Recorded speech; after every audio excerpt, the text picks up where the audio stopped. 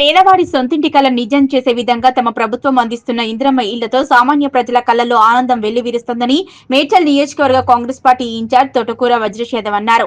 మేడ్చల్ జిల్లా గట్కేసర్ మున్సిపాలిటీ పరిధిలోని గణపూర్ లింగాపురంలో ఇందిరమ్మ ఇళ్లను మేడ్చల్ మాజీ ఎమ్మెల్యే మలిపెద్ది సుధీర్ రెడ్డి, మేడ్చల్ డీసీసీ అధ్యక్షులు సింగిరెడ్డి హరివర్ధన్ రెడ్డి, మేడ్చల్ మాజీ జడ్పీ చైర్మన్ శరత్చంద్రారెడ్డిలతో కలిసి తోటకూర వజ్రేష్ యాదవ్ ప్రారంభించారు. గత 10 ఏళ్ల బీఆర్ఎస్ పాలనలో పేద మధ్యతరగతి ప్రజలను తీవ్రంగా నిర్లక్ష్యం చేశారని, సీఎం రేవంత్ రెడ్డి సారథ్యంలోని కాంగ్రెస్ పార్టీ ప్రజాప్రభుత్వం పేదవాడి సొంతింటి కల నిజం చేసిందన్నారు. ఈ కార్యక్రమంలో మేడ్చల్ బి బ్లాక్ అధ్యక్షులు వేముల మహేష్ గౌడ్, గట్కేసర్ మున్సిపల్ మాజీ చైర్మన్ ముల్లి పావని జంగయ్య యాదవ్, రేవంత్ అన్న రాష్ట్ర నాయకులు సింగిరెడ్డి శ్రీకాంత్ రెడ్డి తదితరులు పాల్గొన్నారు. గవర్నమెంట్ ఇల్లు ఇచ్చింది, మీ అభిప్రాయం చెప్పండి. మంచిగానే ఉంది. మేము ఇప్పుడు ఈ జాగ కూడా ఇందిరమ్మనే ఇచ్చింది మాకు. జాగ కూడా ఇప్పుడు ఇంట్లో వచ్చినాయి.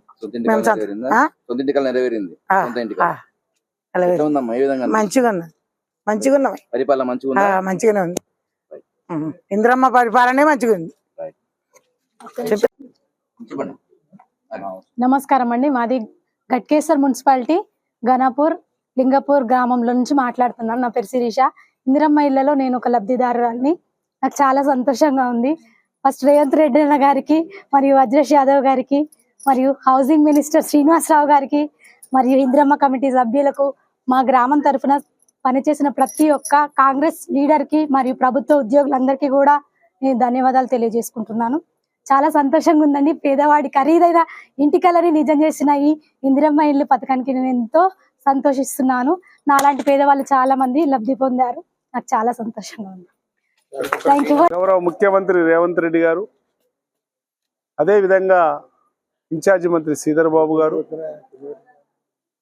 హౌసింగ్ మినిస్టర్ శ్రీనివాస్ రెడ్డి గారి ఆలోచన మేరకు గట్కేసర్ మున్సిపాలిటీలో గణపురంలో, అదే విధంగా లింగాపూర్ తండలో మా మహేష్ గౌడ్ గారి ఆధ్వర్యంలో ఈరోజు ఇందిరమ్మ ఇండ్లు ఇనాగ్రేషన్ చేసుకుంటా ఉన్నాం.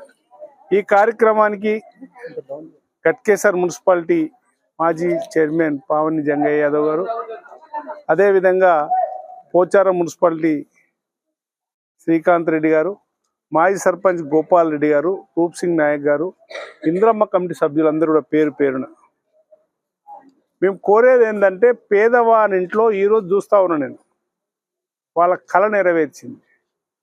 గత ప్రభుత్వము 10 సంవత్సరాల అధికారంలో ఉంటే, తెలంగాణ రాష్ట్రం వచ్చిన తర్వాత ప్రభుత్వం చేయలేని పని, జిల్లాలోనే మా నియోజకవర్గంలో 3500 ఇండ్లు డబుల్ బెడ్రూమ్ ఇల్లు, దానితో పాటు ఇందిరమ్మ ఇండ్లు, దానితో పాటు డబుల్ బెడ్రూమ్ ఇల్లు కూడా 700 ఇండ్లు ఇవ్వడానికి ప్రయత్నం చేస్తూ ఉంటారు మా ముఖ్యమంత్రి గారు.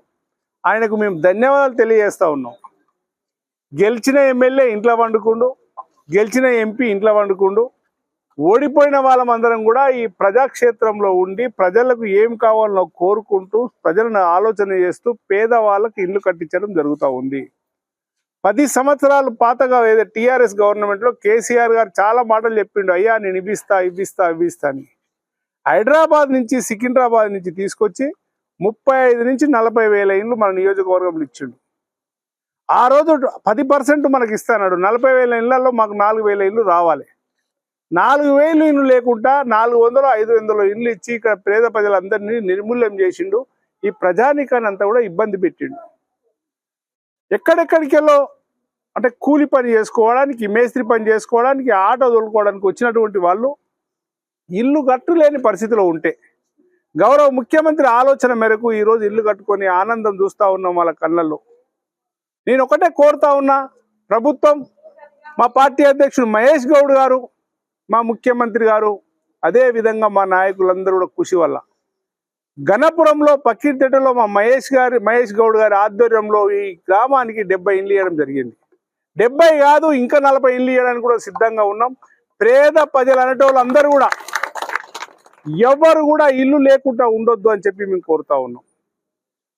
ఖచ్చితంగా ఈ ప్రాంతంలో ఉన్నటువంటి పేద ప్రజలందరికీ కూడా ఇల్లు కట్టిస్తాం. 5 లక్షల రూపాయలు ఇచ్చి ఇల్లు కట్టిస్తా ఉన్నాం. ఆ కబోదుల కండు కానొస్తలేవు టీఆర్ఎస్ వాళ్ళకు. ఏం చేసింది అంటున్నారు. ఇందిరమ్మ ఇల్లు ఇంత బ్రహ్మాండంగా కట్టుకుంటా ఉన్నారు. దానితో పాటు గ్యాస్ ఫ్రీ ఇస్తున్నాం, సబ్సిడీ ఇస్తున్నాం. ఇక్కడ పేదవాళ్ళ ఇంటికి 200 యూనిట్ ఎవరైతే కరెంట్కి కాల్చుతున్నారో వాళ్ళందరూ కూడా ఫ్రీ ఇస్తా ఉన్నాం. ఆర్టీసీ బస్సు ఉచితంగా ఇచ్చినాం. 50,000 ఉద్యోగాలు ఇచ్చినాం. అయ్యా మీరేమి ఇచ్చిరో చెప్పమని నేను అడుగుతా ఉన్నా. 8 లక్షల కోట్ల అప్పు మా మెడకు పెట్టిరు తప్ప మీరు చేసింది ఏం లేదు. ఈ రాష్ట్రంలో ఈ నియోజకవర్గంలోనే కాదు, కాంగ్రెస్ పార్టీ ఉన్నన్ని రోజులు పేద ప్రజలు కాంగ్రెస్ పార్టీ ఇందిరాగాంధీకి, రాహుల్ గాంధీకి, రాజీవ్ గాంధీకి, సోనియా గాంధీకి రుణపడి ఉంటుంది. ఈ పేద ప్రజలకు ఆ జాగా ఇచ్చింది ఇందిరాగాంధీ గారు.